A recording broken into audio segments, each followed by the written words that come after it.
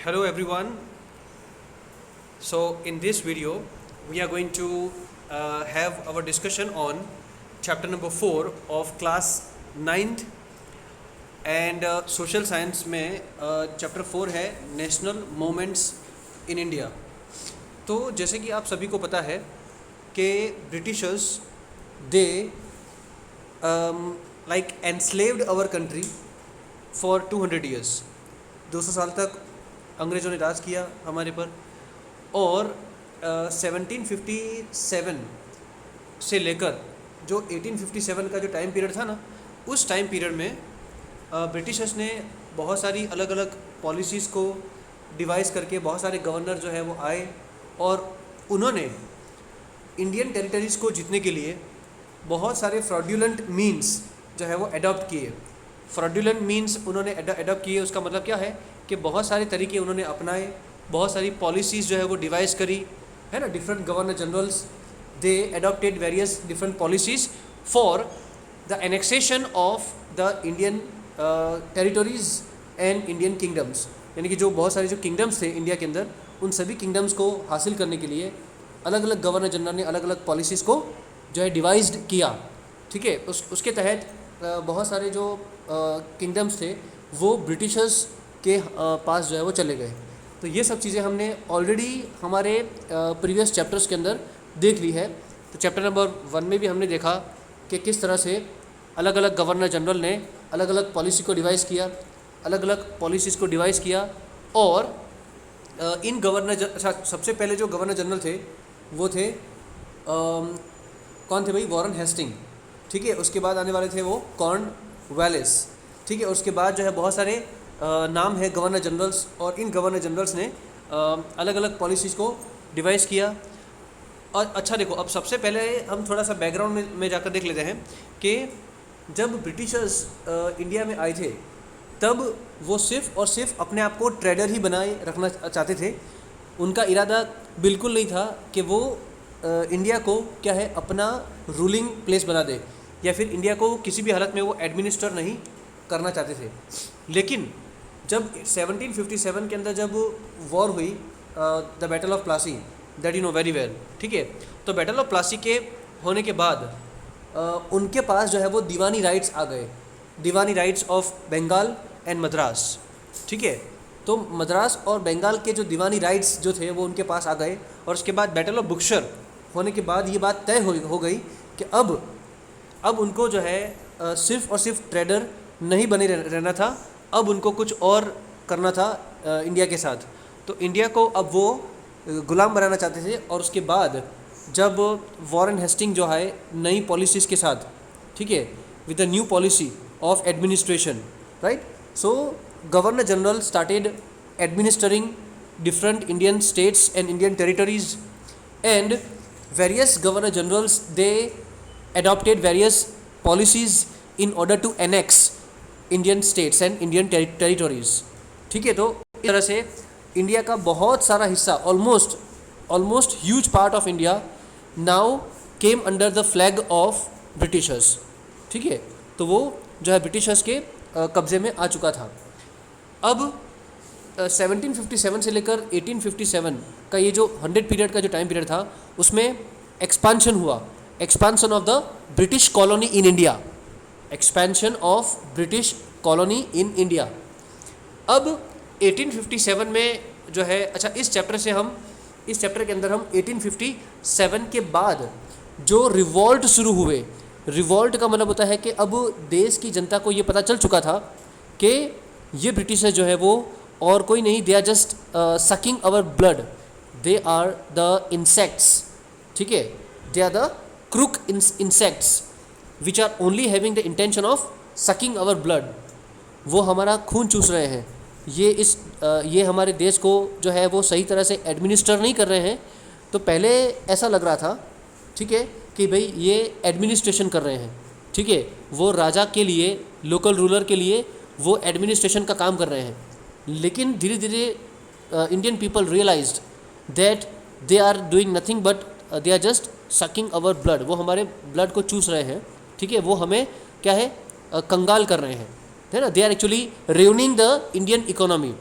because gradually many farmers, like millions and millions of farmers, when they started losing their lands, है ना, when many craftsmen, when they started suiciding, and when they lost their professional or their traditional jobs, जब उनका conventional and traditional jobs क्राफ्टमैन्स जो है heavy tax पे ना करने की वजह से या फिर ना कर पाने की वजह से, जब उनको अपने ट्रेडिशनल काम से हाथ धोना पड़ा, जब बहुत सारे फार्मर को जो है अपनी ज़मीन खोनी पड़ी, ठीक है, और जो ऑर्डिनरी पीपल थे, जो आम आदमी था, तो वो कर्ज़ों इनके ऊपर कर्ज़े इतने बढ़ गए और अंग्रेज़ सरकार का जुल्म इतना बढ़ गया, एट्रोसिटीज़ जो जुल्म है वो इतने बढ़ गए, तब जाकर हमें रियलाइज़ हुआ, ठीक है, कि दे आर डूइंग रॉन्ग। और उसकी शुरुआत जो है, मतलब जो रिवॉल्ट है, रिवॉल्ट यानी अंग्रेज़ों के ख़िलाफ़ लड़ने की कार की जो शुरुआत हुई, वो शुरुआत जो है वो हुई 1857 का जो रिवॉल्ट हुआ, मंगल पांडे वाला रिवॉल्ट, वो इस वीडियो में हम उसको भी देखेंगे और इस चैप्टर में वो भी है, ठीक है। तो जैसे कि मैंने आपको आगे बता दिया है कि east India company took the advantage of the political disputes और इंटरनल वीकनेस ऑफ इंडिया। देखो, ब्रिटिशर्स हमारे पर राज कर पाए ना, उसका सबसे बड़ा रीज़न क्या था? सबसे बड़ा रीज़न यही था कि internal disputes of the Indian rulers, यानी इंडियन रूलर जो है ना बेटा, इंडियन रूलर्स, तो ये इंडियन रूलर ही आपस में एक दूसरे की कभी नहीं बनती थी। एक रूलर किसी दूसरे रूलर्स से किसी ना किसी तरीके से जो है वो दे हैव द एनिमोसिटी, दुश्मनावट थी, ठीक है, कुछ भी रीज़न से, है ना, they had animosity and this internal political disputes, है ना, they had taken the advantage of this, right. Just in अच्छा देखो, उन्होंने क्या करा, अंग्रेज़ों ने डिवाइड एंड रूल पॉलिसी अपनाई कि अगर मान लो कि एक रूलर किसी दूसरे रूलर से किसी बात से they have the grumbling kind of things और एनी इश्यूज़, तो this Britishers they actually fill the oil in the burning fire, they actually had provided what, fuel to the burning fire, right. तो उन्होंने सिर्फ आग में घी डालने का काम किया, ठीक है, और उसका फ़ायदा उन्हीं को हुआ, ब्रिटिशर्स को हुआ। और इससे हुआ क्या कि जो दो इंडियन रूलर्स जो आपस में एक दूसरे के दुश्मन थे, उन दोनों के बीच में उन्होंने झगड़ा करवाया, यानी कि वॉर करवाई, और वो वॉर की वजह से वो फाइनेंशियली बहुत ज़्यादा वीक हो गए, है ना। They had actually like there army strength also got finished, army की जो स्ट्रेंथ थी वो भी ख़त्म हो गई, और फाइनेंशियली, है ना, both the kingdoms they got ruined, and in order to provide the protection to both the kingdoms, Britishers they committed their army there। तो इसको हम कह सकते हैं कि एक तरह का उन्होंने सब्सिडरी अलायंस सिस्टम को इम्प्लीमेंट करवाया। पहले दो रूलर, इंडियन रूलर्स, इनके बीच में जो दुश्मनावट थी उनका फ़ायदा लिया, उनके उन दोनों के बीच में जो है वो वॉर करवाई, और जब वॉर हुई तब वो फाइनेंशियली और मिलिटरीली यानी कि मतलब मिलिट्री जो है उनकी वो ख़त्म करवा दी, और फिर ऐसा कहा कि एक काम करो, आपके किंगडम्स को हम प्रोटेक्ट करेंगे हमारी आर्मी से, सिर्फ आपको करना क्या है कि वो जो आर्मी जो हम रखेंगे ना उसको आपको सैलरी देनी है। हुआ ना एक तरह का सब्सिडरी अलायंस सिस्टम। अगर आपने इसको अगर पढ़ा होगा सब्सिडरी अलायंस सिस्टम को चैप्टर 1 के अंदर, तो आपको ये आइडिया आ जाएगा, ठीक है। तो इस तरह से उन्होंने बहुत सारी अलग अलग पॉलिसीज़ को इम्प्लीमेंट किया in order to win the Indian territories, right. तो इस तरह से over 100 years almost huge part of India came under the supremacy of Britishers. In order to maintain this supremacy, the English gradually developed a strong administrative structure in the country. और इस supremacy को maintain करने के लिए, यानी कि बरकरार रखने के लिए, इस पावर को बरकरार करने के लिए ब्रिटिशर्स ने एक ख़ास तरह का एडमिनिस्ट्रेटिव सिस्टम जो है वो कंट्री में, हमारे देश में उन्होंने इम्प्लीमेंट कर दिया, ठीक है। एडमिनिस्ट्रेटिव सिस्टम का मतलब क्या होता है? देश को चलाने का जो सिस्टम होता है ना, उसको हम कहते हैं एडमिनिस्ट्रेटिव सिस्टम। तो एक नया एडमिनिस्ट्रेटिव सिस्टम ब्रिटिशर्स ने अपने देश में इम्प्लीमेंट किया। थ्रू दिस एडमिनिस्ट्रेटिव स्ट्रक्चर, इस एडमिनिस्ट्रेटिव स्ट्रक्चर के तहत common laws, common administration and a legal system according to the British system. अब देखो, ब्रिटिशर्स ने बहुत सारी चीज़ों को इम्प्लीमेंट करवाया, जिसमें आता है इंग्लिश एजुकेशन को कंपलसरी करवा दिया, ठीक है। इंग्लिश एजुकेशन को कंपलसरी करवा दिया ताकि लोगों का, इंडियन लोगों का एक माइंड सेट हो जाए कि इंग्लिश जो जो कुछ भी करेंगे, ये जो ब्रिटिश गवर्नमेंट है वो जो कुछ भी करेगी ना, वो हमारे अच्छे के लिए होगा। और जो इंग्लिश गुड्स बन के आता है इंग्लैंड से, जो चीज़ें बनकर आती है ना, वो अच्छी होती है क्वालिटी के अंदर। यानी एजुकेशन के थ्रू हमारा ब्रेन वॉश जो है उन्होंने करवाया, एजुकेशन के थ्रू हमारा ब्रेन वॉश करवाया सबसे पहले इन ब्रिटिशर्स ने, ठीक है। और उसके बाद धीरे धीरे उन्होंने सुप्रीम कोर्ट का जो स्ट्रक्चर है ना, वो स्ट्रक्चर जो हमारे देश में आज जो जुडिशियल सिस्टम है ना, सुप्रीम कोर्ट है, हाई कोर्ट है, ठीक है, एंड अदर सब ऑर्डिनेट कोर्ट्स जो है, session court and district court, तो ये सिस्टम जो है वो सिस्टम भी ब्रिटिशर्स का ही दिया हुआ है, ठीक है। तो इन द ईयर ऑफ 1883 क्या हुआ था कि Britishers they brought supreme court in India, ठीक है। सुप्रीम कोर्ट जो है वो इंडिया में वही लाए थे। तो पूरी सिस्टम जो है ना, एडमिनिस्ट्रेशन की, फिर लॉ सिस्टम, नए नए कानून बनाना, और ये कानून जो है ना वो अपने लिए बनाते थे। जितने भी जो लॉज वगैरह बनते थे ना, तो वो लॉज जो है वो सिर्फ और सिर्फ ब्रिटिशर्स अपने फ़ायदे के लिए बनाते थे, उससे इंडियन लोगों का कोई फ़ायदा नहीं होता था, ठीक है।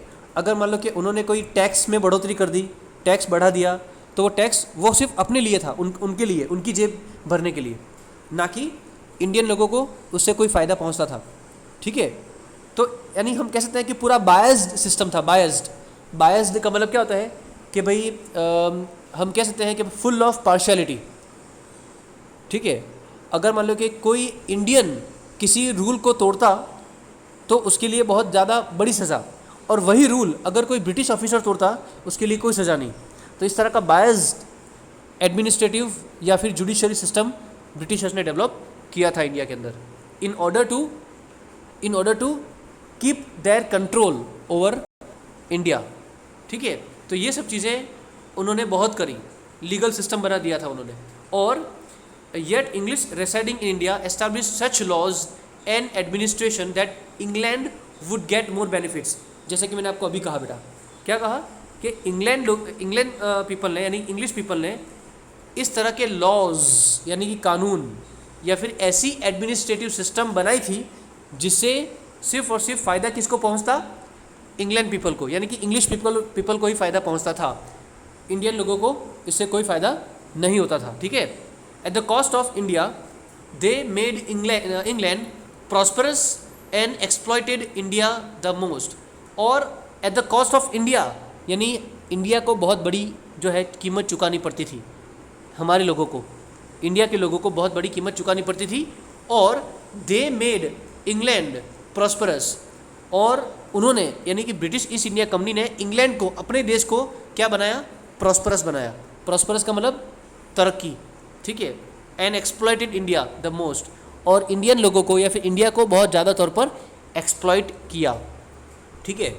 तो अभी जैसे कि मैंने आपको आगे कहा कि 1857 के बाद या फिर 1857 के अंदर ही, ठीक है, एक ऐसा रिवॉल्ट हुआ, तो ये रिवॉल्ट ने पूरे देश की जो है वो आँख खोल दी, ठीक है, कि भाई ये जो अंग्रेज़ सरकार है वो गलत कर रही है। वैसे सभी लोगों को पता तो चल चुका था, लेकिन एक बड़ी आवाज़ अब तक नहीं उठी थी 1857 तक। अब क्या हुआ था ये देखते हैं इसके अंदर। तो the great national uprising of 1857। Now some of the factors that caused the uprising of 1857 were political dissatisfaction, economic exploitation, social and religious factors, military factor, and immediate reasons like induction of the Enfield rifle in the army। अब देखो induction का मतलब क्या होता है कि introduce करना।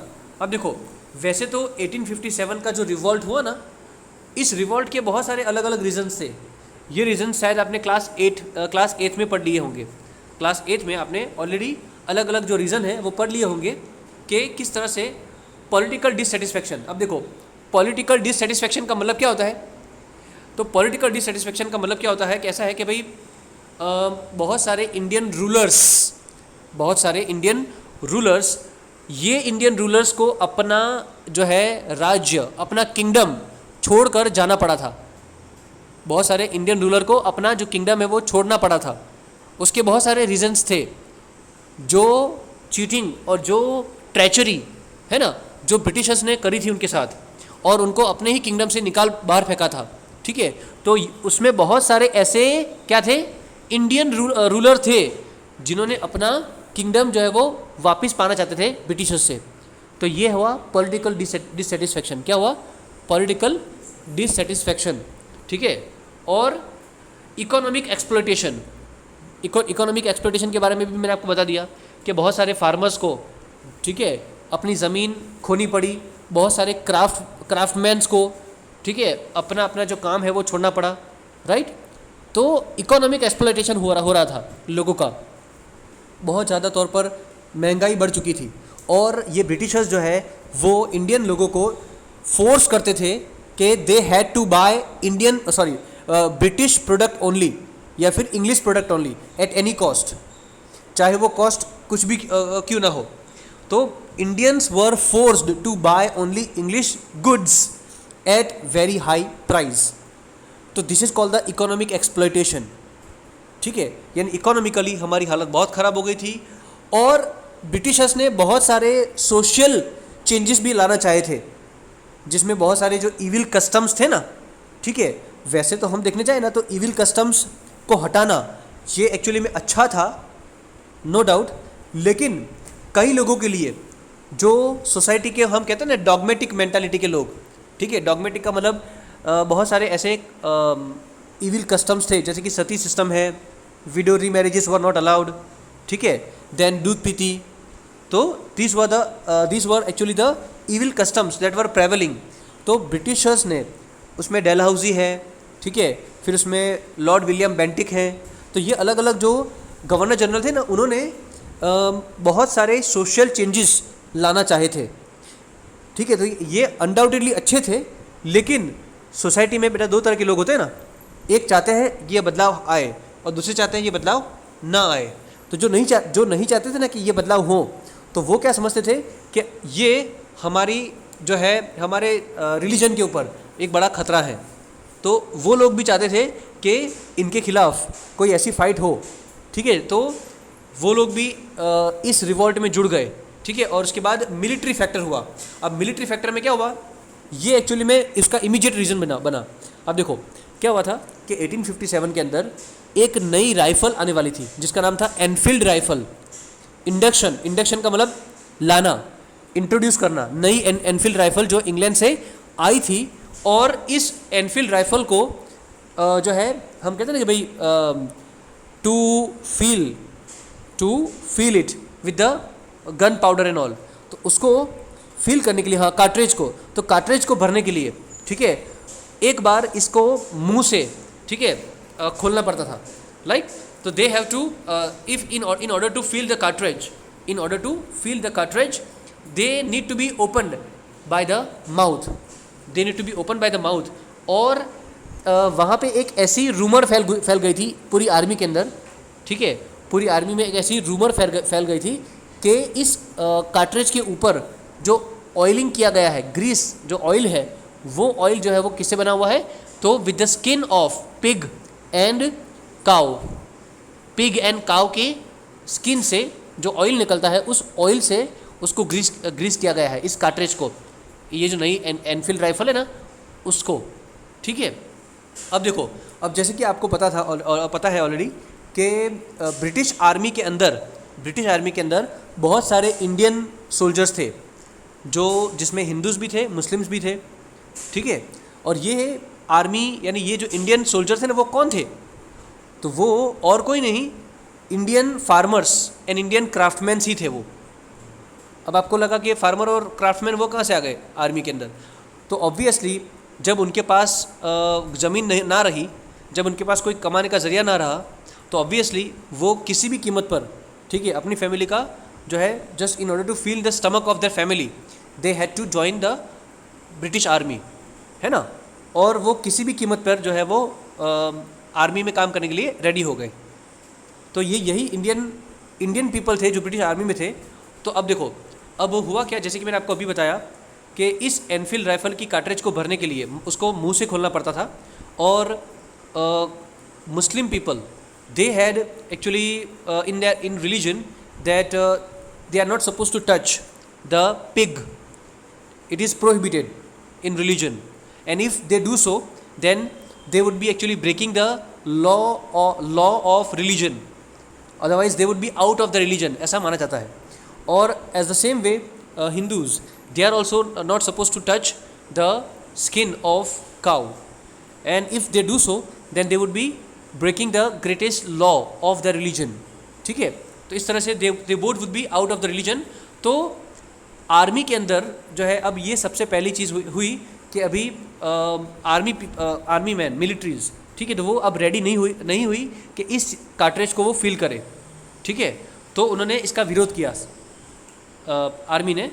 तो यहाँ पे हुआ क्या कि भाई एक बहुत बड़ा एक रिवॉल्ट होने वाला था देश भर में.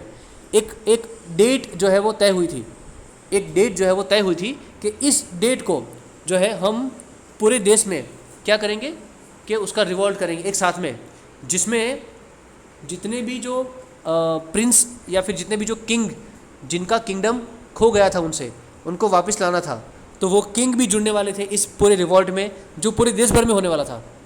ठीक है, फार्मर्स हैं, बहुत सारे सूबेदार्स हैं, है ना, ज़मींदार जिनकी ज़मीनें चली गई थी, बहुत सारी ज़मीन होने के बावजूद भी. ठीक है, तो ये सभी के सभी जो है ना एक साथ में पूरे देश में एक बड़ा सा रिवॉल्ट होने वाला था साथ में. ठीक है, एक डेट भी जो है वो फिक्स हो गई थी. लेकिन मंगल पांडे जो इसी मिलिट्री का ब्रिटिश आर्मी का एक आर्मी में थे, तो उनको जो है वो फोर्स किया गया बाय ब्रिटिश ऑफिसर. ठीक है, ब्रिटिश ऑफिसर से उनको कमांड मिला कि अब आपको ये काम करना पड़ेगा कि आप जो है वो कार्ट्रेज को खोलो मेरे सामने. तो मंगल पांडे ने जो है ये करने से इनकार कर दिया. राइट, तो बहुत ज़्यादा जो है उनको जब फोर्स किया गया, ठीक है, when he was actually forced, so he shoot that British officer and he died. That British officer, he died. ठीक है, तो मंगल पांडे वॉज द फर्स्ट. तो अब देखो कि जब ये ब्रिटिश ऑफिसर को उन्होंने मार दिया, ठीक है, then after he became like wanted for the Britishers. तो अब उनको पकड़ने के लिए, ठीक है, जो है सर्च शुरू हुआ.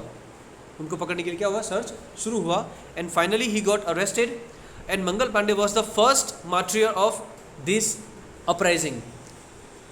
ये जो है मंगल पांडे जो है सबसे पहले क्या बने, मार्टियर बने. मार्टियर का मतलब शहीद हुए. ठीक है, ये अपराइजिंग के. Several revolutionaries like Nana Saheb, Tatya तोपे, राजा कुंवर सिंह, रानी लक्ष्मीबाई, बहादुर शाह जफ़र, ये सभी के सभी ऐसे रूलर थे जिन्होंने अपना किंगडम्स खो दिया था ब्रिटिशर्स के पास. ठीक है, ये सभी के सभी कौन थे बेटा, रूलर्स थे.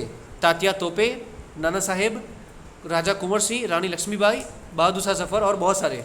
तो इन सभी ने इस रिवॉल्ट में हिस्सा लिया था. ठीक है, एक्चुअली देखो मैं आपको बता दूं कि जब मंगल पांडे रिवॉल्ट हुआ, ठीक है, रिवॉल्ट ऑफ 1857 हुआ ना, जैसे कि मंगल पांडे तो मर गए, ठीक है, लेकिन उसके बाद जिस तरह से आर्मी के लोगों के अंदर जो आग भड़की थी, जो the fire of getting freedom, तो उस फायर से वो लोग मद्रास से लेकर वो उन्होंने दे मार्च टू दिल्ली, वो दिल्ली तक गए. ठीक है, वो दिल्ली तक जो है वो गए पूरी आर्मी. ठीक है, तो ये बहुत डिटेल में है. तो देखो क्या हुआ कि भाई the uprising of 1857 produced many effects, among which are the end of the company rule in India, the rule of British Crown, change in the administrative, military, social and religious policies. अब देखो बेटा 1857 तक तो क्या था पता है, 1857 तक तो है ना इंडिया के अंदर ब्रिटिश ईस्ट इंडिया कंपनी ही जो है रूल कर रही थी. कौन, ब्रिटिश ईस्ट इंडिया कंपनी ही रूल कर रही थी. और इस ब्रिटिश ईस्ट इंडिया कंपनी को इंग्लैंड से जो है वो पैसा मिल रहा था. क्या मिल रहा था, मदद मिल रही थी. लेकिन जब ये 1857 का रिवॉल्ट हुआ और जब ये आर्मी दिल्ली पहुंची, ठीक है, आर्मी जब दिल्ली पहुंची ना, वहाँ जाकर पूरा जो दिल्ली है, दिल्ली पर इस मिलिट्री ने, इस आर्मी ने कब्ज़ा कर लिया था। ठीक है, इस आर्मी ने कब्ज़ा कर लिया था पूरे दिल्ली के ऊपर, राइट। तो थोड़ी दिन तक तो है ना, अच्छा, फॉर 2 वीक्स एक्चुअली हम कह सकते हैं। तो Indian army had the control over Delhi. लेकिन अब ये जो ब्रिटिश ईस्ट इंडिया कंपनी थी ना, अब उनको चाहिए था कि वापस से वो दिल्ली पर अपना पावर रीगेन करे। उसके लिए उन्होंने क्वीन ऑफ एलिजाबेथ इंग्लैंड से एक फोर्स मंगवाई, और उस फोर्स का नाम था पुलिस इंडिया में इस तरह से आई। पुलिस फोर्स जो है ना, आज इंडिया में जो पुलिस फोर्स है ना, वो पुलिस फोर्स आई 1857 के अंदर इंडिया में। तो एक्चुअली में इंडिया में बहुत सी चीज़ें हैं ना, वो ब्रिटिशर्स की दी हुई है। ठीक है, जैसे कि यूपीएससी एग्ज़ाम जो हम देते हैं, है ना, यूनियन पब्लिक सर्विस कमीशन, ये भी इंट्रोड्यूस की गई बाय ब्रिटिशर्स ओनली। डेलहाउसी ने इंट्रोड्यूस करी। और पुलिस फोर्स जो आई वो इस तरह से इंडिया में आई। अब ये पुलिस फोर्स का काम क्या था कि वापस से इस मिलिट्री को जो है वो भगा देना, या फिर उसको किसी भी हालत में ख़त्म कर देना। तो वो जो फोर्स वहाँ से आई ना, पुलिस फोर्स, वो ब्रिटिशर्स के कमांड से उन्होंने वापस से दिल्ली पर अपना जो है कब्ज़ा जमा लिया, right. The power they gain. ठीक है, तो इस तरह से तो देखो क्या हुआ। अब ये जो 1857 का जो रिवॉल्ट था ना, वो फेल क्यों गया बेटा? What is the reason why 1857 revolt failed? सबसे पहले था कि the lake of central leadership. क्या बेटा? लेक ऑफ सेंट्रल लीडरशिप, यानी कि कोई लीडरशिप नहीं थी। ये रिवॉल्ट जो है ना, वो अपने आप ही चल रहा था, उसको लीड करने वाला कोई नहीं था। वैसे तो है ना बेटा, जब ये आर्मी दिल्ली पहुंची ना, तो दिल्ली पहुंचने के बाद इस आर्मी ने बहादुर शाह जफ़र जो मुग़ल एम्पायर थे, ठीक है, तो वहाँ पे जाकर उनको, बहादुर शाह जफ़र को जो है, उन्होंने रिक्वेस्ट करी कि आप क्या करो, कि आप हमारे लीडर बन जाओ। क्या करो भाई, हमारे लीडर बन जाओ बेटा, जो है। ठीक है, तो इस तरह से जो है लेक ऑफ सेंट्रल लीडरशिप नहीं थी उनके पास। बहादुर शाह जफ़र ने उनको लीड तो किया, लेकिन वो ज़्यादा देर तक नहीं रह पाए। ठीक है, और इनसफिशिएंट एंड अनसोफिस्टिकेटेड वेपन्स, यानी बेटा इंडियन आर्मी के पास क्या नहीं थे? वेपन्स की भी कमी थी। वेपन्स नहीं थे हमारे पास सही से, अच्छे वेपन्स नहीं थे। और importance of self centred interest. अब देखो, importance of the self centred interest का मतलब क्या होता है कि जितने भी जो रूलर थे ना, तात्या तोपे हैं, ठीक है, राजा कुंवर सिंह है ना, रानी लक्ष्मीबाई है, राइट। तो ये सब जो है ना, वो ऐसे रूलर थे जिनको अपना ही किंगडम वापस पाना था बस। उनको देश से कोई लेना देना नहीं था कि चलो देश है हमारा, ये कंट्री है हमारी, और उसके लिए हमें जो है लड़ना है, ठीक है, ताकि हम वापस से अपनी आज़ादी को पा सकें। उनको सिर्फ क्या चाहिए था? अपना ही किंगडम वापस चाहिए था। तो इसको कहते हैं importance of the self centred interest. Self centred interest का मतलब खुद का ही भला, बस, बाकी कंट्री का कुछ भी हो, है ना। देन द नेशनलिज्म, यानी उनके अंदर क्या था? सिर्फ सेल्फ सेंटर्ड इंटरेस्ट था। सेल्फ सेंटर्ड का मतलब खुद का ही फायदा। नेशनलिज्म की बात नहीं थी यहाँ पे। नेशनलिज्म का मतलब देशभक्ति की जो भावनाएं थी ना, वो उनमें नहीं थी। ठीक है, lack of suitable and organised leadership, और उसके बाद मैंने जो आपको कहा ना, लीडरशिप की कमी थी। तो ये सभी रीजंस थे किसके? Failure of revolt of 1857। 1857 का जो रिवॉल्ट था वो फेल हो गया, वो फेल गया। तो ये था हमारा great uprising, national uprising of 1857. Hope you understood this entire thing, and I'll see you in the next video. Till then, stay safe. Goodbye.